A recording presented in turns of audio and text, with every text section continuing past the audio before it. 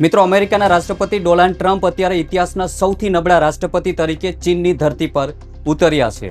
ચીને એરપોર્ટ પર તેમનું જે રીતે સ્વાગત કર્યું છે તેણે સાબિત કરી દીધું છે કે હવે અમેરિકાનો સિક્કો દુનિયામાં પહેલા જેવો ચાલતો નથી. જે ટ્રમ્પ પોતાની શરતો પર આખી દુનિયાને નચાવતા હતા, આજે એ જ ટ્રમ્પ ચીન સામે સાવ નિસહાય જોવા મળી રહ્યા છે. સવાલ એ છે કે શું અમેરિકા ખરેખર નબળું પડી ગયું છે? જવાબ છે હા. ટ્રમ્પ અત્યારે જે પણ મુલાકાતે ગયા છે ત્યારે તેઓ કોઈ સુપર પાવર નહીં પરંતુ એક યાચક તરીકે ઊભા છે. ચીને શી જિનપિંગને બદલે માત્ર વાઇસ પ્રેસિડેન્ટને સ્વાગત માટે મોકલીને ટ્રમ્પને એ અહેસાસ કરાવી દીધો છે કે ચીન હવે કોઈ પણ દબાણમાં આવવાનું નથી.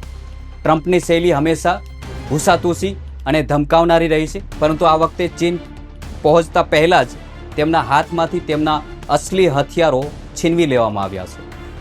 ટ્રમ્પનું સૌથી મોટું હથિયાર હતું ટેરિફ, એટલે કે દુનિયા પર મન ફાવે તેમ ટેક્સ લગાવીને અર્થતંત્રને ડગમગાવી દેવું.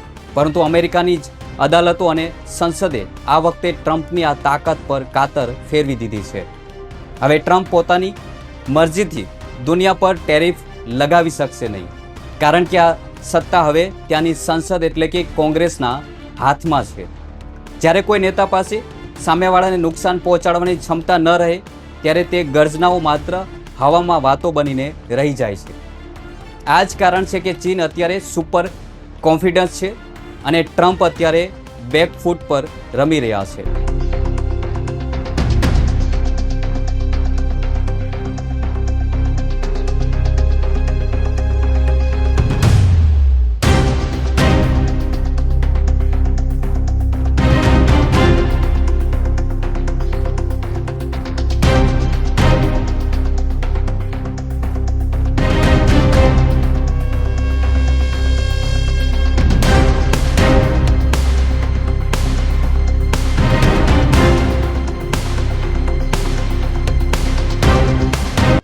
ચીન પાસે અત્યારે એક એવું હથિયાર છે જે અમેરિકાની આખી હાઈટેક ઇન્ડસ્ટ્રીને ઠપ કરી શકે છે. સ્માર્ટફોનથી લઈને ઇલેક્ટ્રોનિક કાર અને માઇક્રોચિપ્સમાં વપરાતા રેયર અર્થ મિનરલ પર ચીનનો એક હથ્થું કબજો છે. દુનિયાના 90% ખનિજોનું પ્રોસેસિંગ ચીન કંટ્રોલ કરે છે. જો ચીન માત્ર એક અઠવાડિયા માટે પણ આ સપ્લાય રોકી દેશે તો અમેરિકાના શેર બજારથી લઈને ફેક્ટરીઓ સુધી બધું જ પાયમાલ થઈ શકે છે. ટ્રમ્પ આ વાત બહુ સારી રીતે જાણે છે અને એટલે જ તેઓ ચીન સાથે કોઈ પણ રીતે સન્માનજનક ડીલ કરવા માંગે છે. નમસ્કાર મિત્રો, હું છું દિનેશ ઝાલા.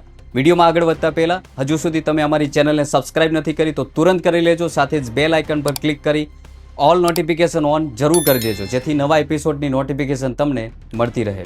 ડોનાલ્ડ ટ્રમ્પની સૌથી મોટી ભૂલ એ છે કે તેઓ પોતાની અમેરિકન ફર્સ્ટ નીતિના સકંજામાં વિશ્વને અમેરિકા વિરોધ કરી દીધું છે. ટ્રમ્પ જે રીતે વાતમાં ટેરિફ લગાવવા અને આર્થિક પ્રતિબંધોની ધમકી આપી રહ્યા છે તેનાથી દુનિયાના દેશો હવે અમેરિકાનો વિકલ્પ શોધવાનું શરૂ કરી દીધું છે.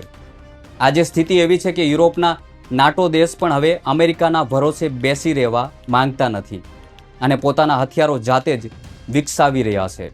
ટ્રમ્પની આક્રમકતા રશિયા, ચીન અને ઈરાનને એકબીજાની એટલી નજીક લાવી દીધા છે કે હવે તેઓ એક મજબૂત બ્લોક કરીને ઉભરી આવ્યા છે. આ ગઠબંધને ડોલરની બાદશાહને સીધો પડકાર આપ્યો છે. જ્યારે દુનિયાના દેશો ડોલર વગર તેલ અને અન્ય વેપાર કરવા માંગે છે ત્યારે સમજી લેવું કે અમેરિકાનો આર્થિક દબદબો ખતમ થવાની શરૂઆત થઈ ગઈ છે. તાઇવાનનો મુદ્દો અત્યારે ટ્રમ્પ અને ચીન વચ્ચેના ઘર્ષણનું કેન્દ્ર છે. ટ્રમ્પ ઈચ્છે છે કે તાઇવાનને હથિયારો આપીને ચીન સામે ઊભું કરવામાં આવે, પરંતુ ચીને સ્પષ્ટ કહી દીધું છે કે તાઇવાન તેમના દેશનો અતૂટ ભાગ છે. ચીન અત્યારે એટલું શક્તિશાળી છે કે તે અમેરિકાની તેની જ ભાષામાં જવાબ આપી શકે છે. ચીને હાઇપોસોનિક મિસાઇલો અને એડવાન્સ ડ્રોન ટેકનોલોજીમાં અમેરિકાને પણ પાછળ છોડી દીધું છે. તેમની ફેક્ટરીઓમાં ડ્રોન એ રીતે બને છે જાણે કોઈ સાબુ બનાવવાની એસેમ્બલી લાઇન હોય. આ સૈન્ય આધુનિકતાના કારણે ટ્રમ્પને ડરવા પર મજબૂર કર્યા છે.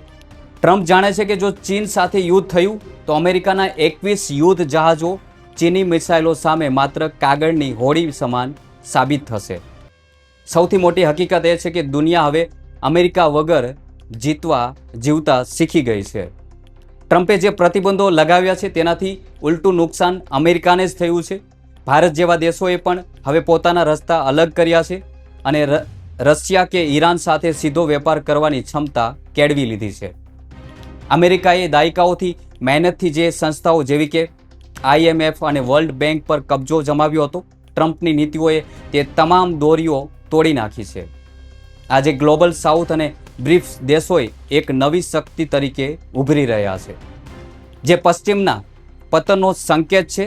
ટ્રમ્પ ચીન ગયા છે તે વાત ખૂબ જ સારી છે, પરંતુ તેમની પાસે બોમ્બરિંગ કરવા માટે હવે કશું જ બચ્યું નથી. ચીન સુપર કોન્ફિડન્ટ છે કારણ કે તેને ખબર છે કે ભવિષ્ય તેની પાસે છે. મિત્રો, આ સમગ્ર વિશ્લેષણ પરથી એક વાત સાફ છે કે પાવર અત્યારે પશ્ચિમથી ખસીને એશિયા તરફ આવી રહ્યો છે. ડોનાલ્ડ ટ્રમ્પની ગણતરીઓ ઊંધી પડી છે અને અમેરિકા અત્યારે પોતાના ઇતિહાસના સૌથી નબળા તબક્કામાંથી પસાર થઈ રહ્યું છે. શું આ લડાઈમાં ચીન નવો વૈશ્વિક દાદા બનશે કે પછી ભારત અને અન્ય દેશો મળીને એક નવી વ્યવસ્થા ઊભી કરશે? તમારા વિચારો કમેન્ટમાં માધ્યમથી ચોક્કસ જણાવજો. વિડીયો ગમ્યો હોય, એપિસોડ ગમ્યો હોય તો વિડીયોને લાઇક શેર કરવાનું ભૂલશો નહીં. મળીશું આવા જ ઇન્ટરેસ્ટિંગ મહત્વપૂર્ણ માહિતી ભરેલા એપિસોડ સાથે. જય હિન્દ.